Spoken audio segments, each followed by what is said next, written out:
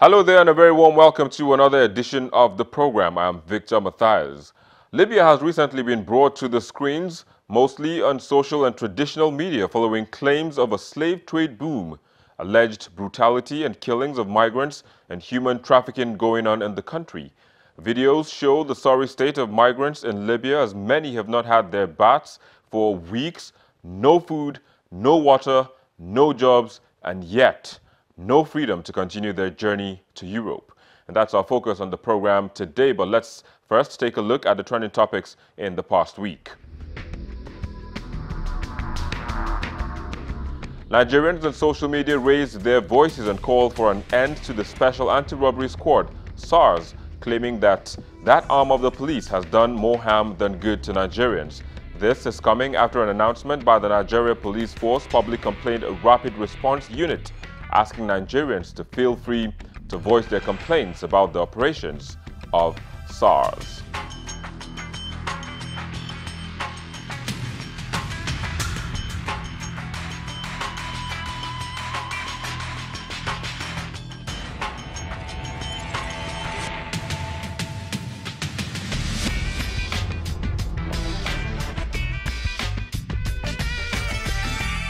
And the much-anticipated World Cup draw took place, and that got football fans talking the world over. The Super Eagles were once again drawn alongside Argentina, Croatia, and Iceland.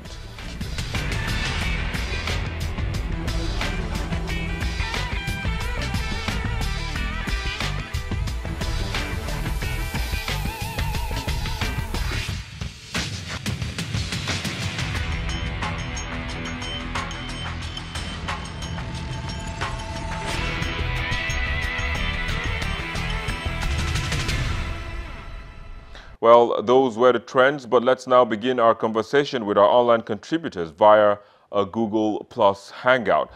Well, let's begin with why people make this trip despite warnings, time without number, on how dangerous the trip can be. Oh, there are a lot of reasons why people want to leave Nigeria and well, Africa as a whole to migrate to Europe, and the reason is not far-fetched. That we over the last decade, the last years, we've had failure of leadership.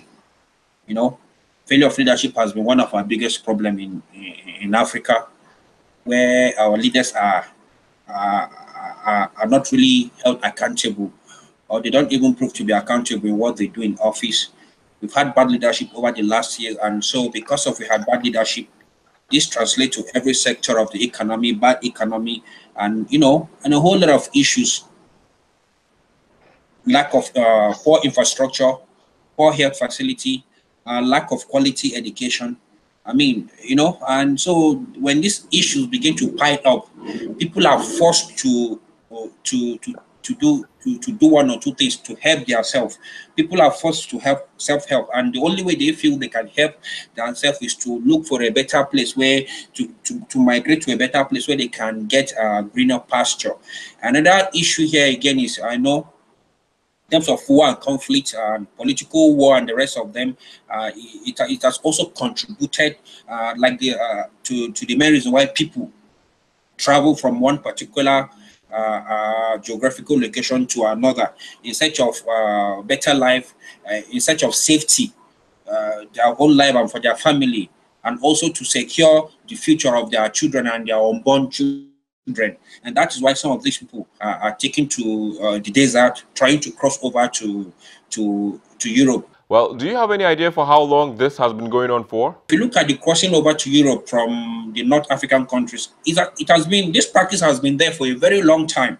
The practice has been there. People travel from likes of Tunisia, from Morocco, not even Libya. But Libya became so open because of there's a failed government, and it becomes, their border becomes so open that you can easily walk in there without having any harassment from anybody, and you cross over.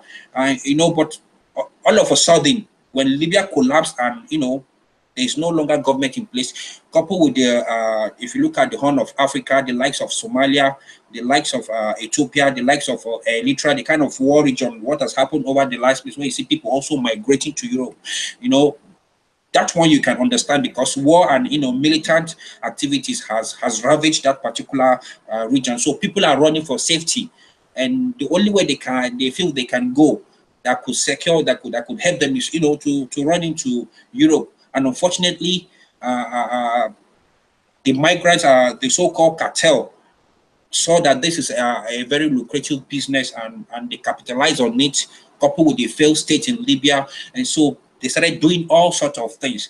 But people traveling to Libya, it's been there for a very long time.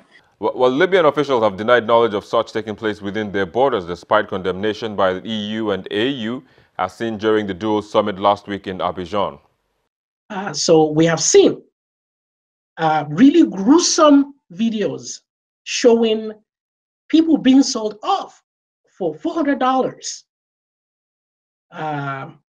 So what happened is, what is happening is, we know that Africans leave, and not just Nigerians, Africans from different countries leave and head towards North Africa with the hope of crossing the Mediterranean to get into Europe, Italy, Spain, Greece, these countries. But